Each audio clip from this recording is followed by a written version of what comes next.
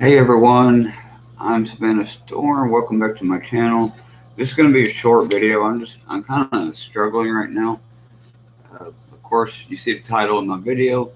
Does anybody else that kind of deals with Tourette's, do you feel like stress makes your tics worse?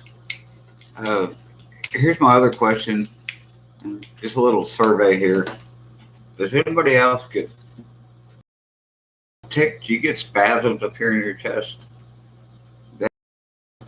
When I originally went in with the tics, they right away, I thought I had a heart attack, and this was before I was diagnosed. Heart attack first, and then they checked me for angina, and but every I go to the VA for my treatments. They're the ones that diagnosed me, and if you've ever dealt with the government, half the time they don't even give you meds. They just kind of say, okay, you have this, and that's where you are.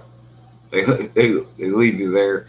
You know, I mean, I had the ticks every day, and they tend to get worse, especially at night. About the time I try to go to bed is when they get worse. But um, my other question is, and this video is kind of more like a survey to my audience, and feedback is definitely appreciated in the comment section. Do you ever do you struggle getting to sleep because of the ticks, and then you'll finally catch yourself dozing off? You've been asleep for say a couple of seconds, a minute, and you jump up and you're startled. You don't. It's not like you really don't know where you are, but you're just kind of startled, and you can feel the pressure build up in your chest, and then you get a series of probably like 12, 13 really hard ticks in a row, and it's like until you, excuse me, my nose itches, until you tick hard enough for like the muscle in your chest to pop. It's like you can't relax. It's like the ticks won't stop until you get like that little muscle pop, almost like the tension kind of relieves itself on its own a little. And then once you get that pop, you feel okay, 10, 15 minutes, and then you get another series that may be 4 or 5 ticks in a row like that. Or here lately, the worst one I had one like that. I woke up, I had the ticks. I had about 13 in a row. They relieved off my chest, and I thought, okay, this is over. I can breathe again. And I think it was about 30 minutes later. I had totally forgot about it. I had got relaxed, got mentally into doing something else, and then I had like 25 in a row, and I could not keep my head still. Um, Mine is like an upper body. You've probably seen my other videos. Like this is like right now when I do this, I can feel every piece of tissue up here in my chest and my neck. It's like it sounds like Rice Krispies after you put them in milk, and and it feels like little explosions. Is what it feels like. But you know, I have uh, I have 4 kids and a wife, and we've got a pretty calm life. I live in a really small town in Texas. I'm not going to say where, but I live in a really small town, and there's not a whole lot to do out here. We don't have a Starbucks. We don't have bowling alleys. We don't have a movie theater. Half the stuff we did have is shut down. You got to travel 30, 40 minutes to get anywhere to go have any kind of fun that's not from a redneck town. Um, that's the other thing. You know, some of my viewers that are watching this right now, do you, because you're concentrating when you're driving, do you still have the ticks? Every now and then I'll get in the car and it's like a panic effect. Like I'll be fine for a while, but once I've been driving, it's like the ticks try to creep in over, say, like a minute, 2 minute time frame. They'll slowly creep in on me again. I've actually had them bad enough where I've had to pull over and stop and kind of let them pass a little. Um, I'm just, I'm not trying to sound like I'm whining. I'm trying to get some information from other people out there that may be having the same thing or have been dealing with this maybe longer than I have, because I wasn't diagnosed until later in life. I didn't know what was wrong with me, and it's like even knowing what's wrong with me, it's like it almost makes it more stressful. At least before, I just thought I was strange or unique, however you want to look at it. I don't really look at it like I. I know one other person in town that has Tourette's, and they act like it's a disability. It's not going to stop me. It's embarrassing when I go out in town. Yeah, uh, I, between the tics and being a trans female that's transitioning and still look like a guy and maybe every now and then like a girl. I've got all kinds of stuff that makes me. I think it's really. I think I'm more paranoid. I don't think people really care. I think they're hopefully just minding their own business, but my mind just says, "Oh my God, they're all looking at you." You know, you're you look like a guy, but you're dressed like a girl. Your head is ticking. You know, I don't get many comments on my posts. Just a few comments would be really cool. Just to kind of let me know I'm not going nuts. And I definitely feel like in my situation, stress definitely tends to kind of activate them more than say if I don't have anything really going on. Family intervention. With my transition, I kind of dressed down in front of my dad. I'm still shy in front of him. My mom, I'm not too worried about. My sister, I'm not too worried about. Of course, my kids and my wife, they accept me, so I'm pretty much free to be who I want to be here at the house.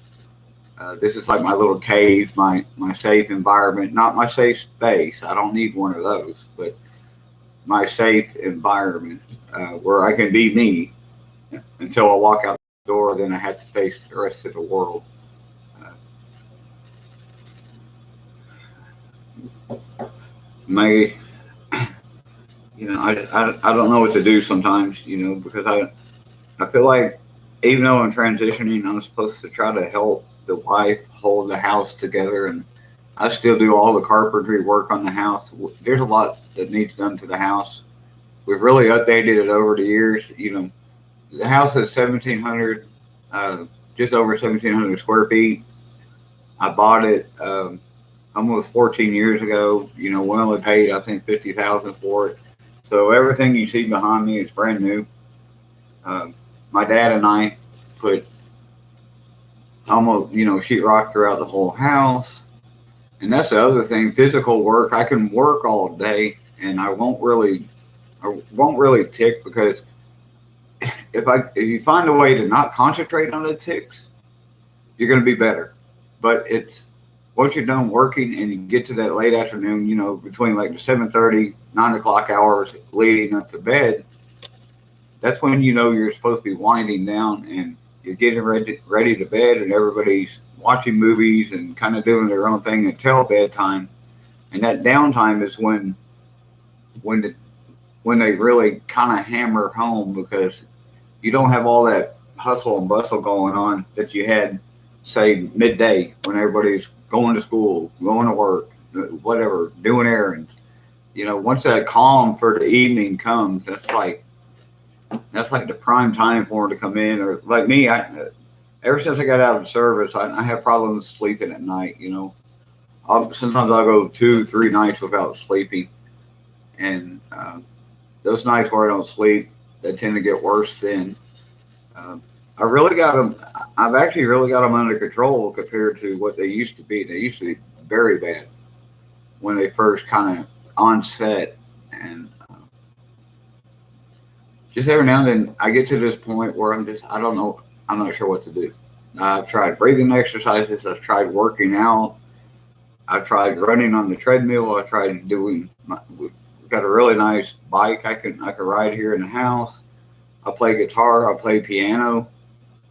Uh, you know, I've got a lot to keep me busy, but the physical exertion of the twitch gets to me, and I have to stop. I have to stay still because I'm out of energy, you know, and I might doze off for 10, 15 minutes, get up, feel refreshed, but then I'm up all night because I get exhausted from it.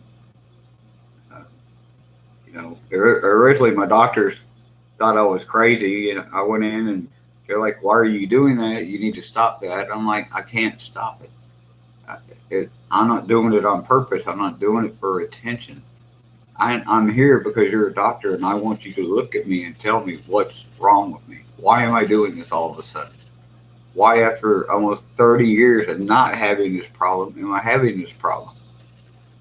You know, the first thing they want to do, well, go see your therapist, especially if you go to the VA.